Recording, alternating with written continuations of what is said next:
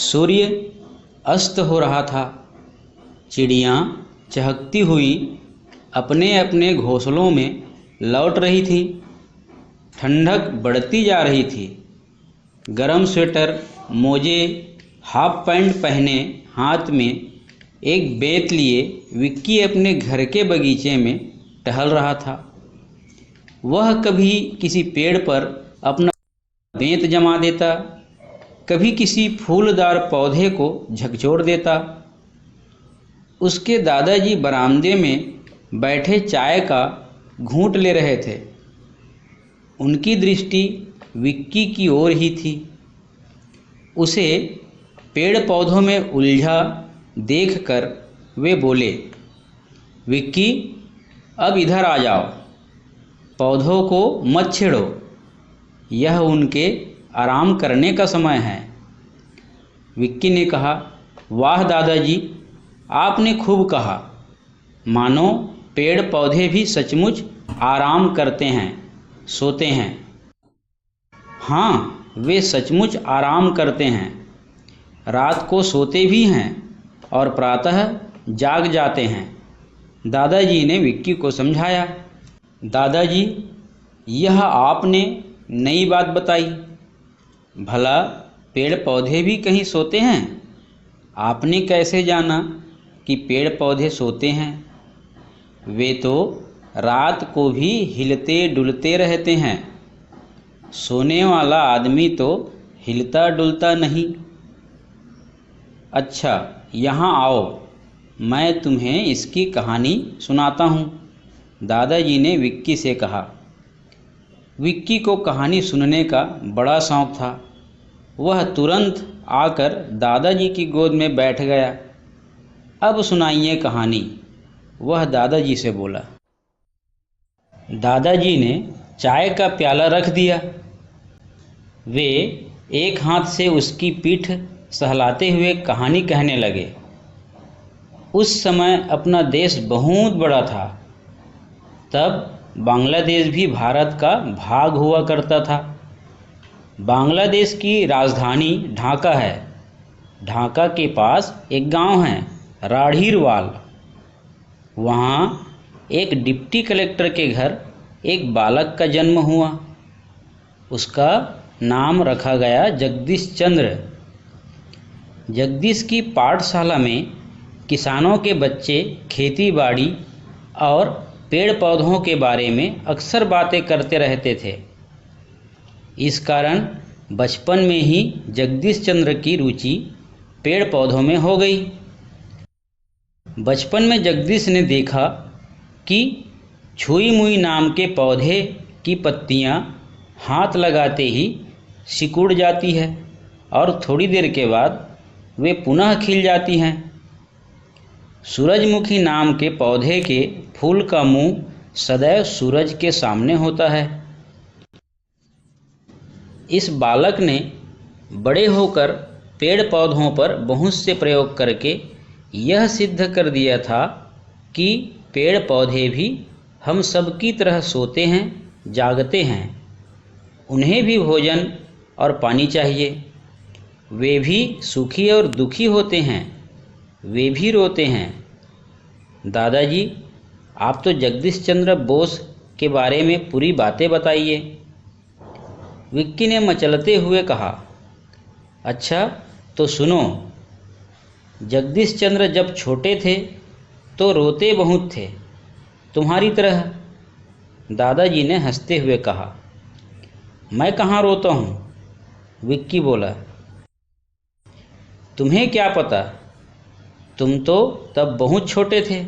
खैर, उसके माता पिता ने उसके लिए एक तरकीब सोची। रात में जैसे ही वे रोना शुरू करते, वैसे ही ग्रामोफोन पर कोई गाना बजा दिया जाता था। गाना सुनते ही बालक जगदीश का रोना बंद हो जाता था और वह सो जाता था। जगदीश चंद्र की प्रारंभिक शिक्षा गांव में ही हुई। पाठशाला के आसपास खूब पेड़ पौधे थे। बालक जगदीश का उनसे खूब लगाव हो गया था। गांव की पढ़ाई पूरी होने पर जगदीश को आगे की शिक्षा के लिए कोलकाता भेज दिया गया। वे पढ़ने में बहुत होशियार थे, जैसे तुम हो। विक्की यह सुनकर बहुत खुश हो गया। फिर क्या हुआ? उसने पूछा। जब कोलकाता में उसने पढ़ाई पूरी कर ली, उसे आगे की पढ़ाई के लिए इंग्लैंड भेजा गया। वहाँ पढ़ते हुए उसका संपर्क बड़े बड़े वैज्ञानिकों से हुआ। फिर क्या वे वहीं रहने लगे? विक्की ने पूछा। नहीं, वहाँ की पढ़ाई पूरी करके वे वापस कोलकाता आ गए और वहाँ के प्रेसिडेंसी कॉलेज में प्रोफेसर बन गए। बड़ी कक्षाओं को जो टीचर पढ़ाते हैं उन्हें प्रोफेसर कहते हैं। जगदीश चंद्र अपने सिद्धांत के बड़े पक्के थे। वे गलत काम करते भी नहीं थे और गलत बात मानते भी नहीं थे। उस समय अपने देश पर अंग्रेज़ों का राज था। अंग्रेज भारतीयों पर तरह तरह से अत्याचार करते थे। यह कॉलेज उन्हीं का था। उन्होंने यहाँ प्रोफेसरों के लिए 2 नियम बना रखे थे। अंग्रेज प्रोफेसरों को तो वेतन अधिक दिया जाता था, लेकिन भारतीय प्रोफेसरों को कम वेतन मिलता था। जगदीश चंद्र को यह दोहरा व्यवहार पसंद नहीं आया। उन्होंने इसका विरोध किया।